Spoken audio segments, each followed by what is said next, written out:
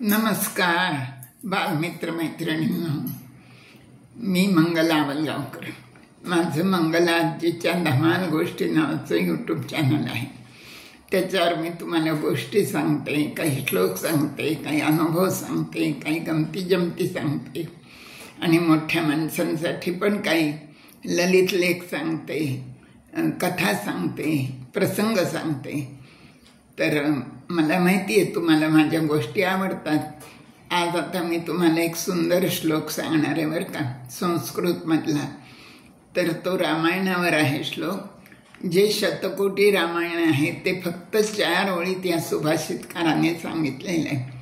तर तो श्लोक असा आहे, आदौ राम तपोवनादिगमनं हत्वा मृगः कांचनं वैदेही हरणं जटायुमरणं सुग्रीव संभाषणं वाली निर्दलनं समुद्रतरणं लंकापुरी दाहनं पश्चात् रावण कुंभकर्णहननं एतद्धि रामायणं। तर 4 ओळीमध्ये शतकोटीचं रामायण सांगितलंय सुभाषितकारांनी। आता याचा अर्थ थोडक्यात सांगते। म्हणजे पहिल्यांदा काय झालं, रामाला वनात पाठवलं। वनात गेल्यानंतर तो सुवर्णमृग मारायला गेला। मग सुवर्णमृग मारल्यानंतर त्यावेळेला सीतेला रावणाने पळवून नेलं। वैदेही हरणं, मग जटायू मरणं, मग जटायूचं आणि रावणाचं युद्ध झालं आणि जटायू मेला।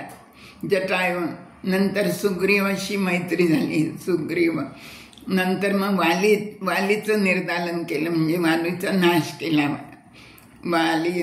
नंतर समुद्र तरून श्रीराम लंकेला गेले, लंका जाळली आणि त्यानंतर रावण आणि कुंभकर्ण यांचा पराभव करून सीतेला परत राम अयोध्येला घेऊन आले। तर हे रामायण ह्या 4 ओळीत सांगितलंय सुभाषितकारांनी। हा श्लोक तुम्ही सगळ्यांनी पाठ करा, अतिशय चांगला श्लोक आहे। धन्यवाद।